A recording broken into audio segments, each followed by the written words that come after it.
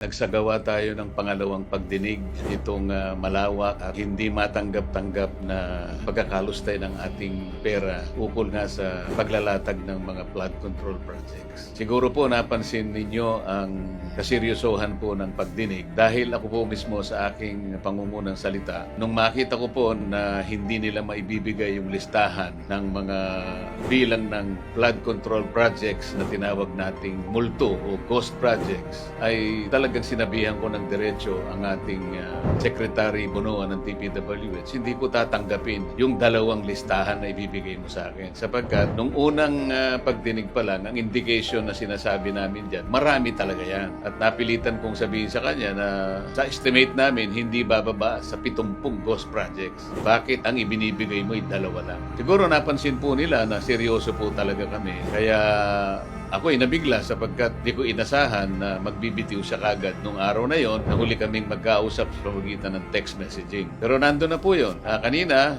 na lumitaw po na sineryoso din namin sapagkat alam namin yung 15 contractors na yon ay maaring natatakot na magturo ng iba pang mga sangkot dito sa maanumalyang pagkakalatag ng flood control project. Pero binigyan natin sila ng alternative. Pinayuhan nga namin na i-consider nila yung magbayad na lang sila ng danyo sa gobyerno at ituro nila kung sino yung mas may pagkukulang dito sa mga bahagi ito. Kanina po sinabi namin, kinasangkapan na namin yung AMLAC.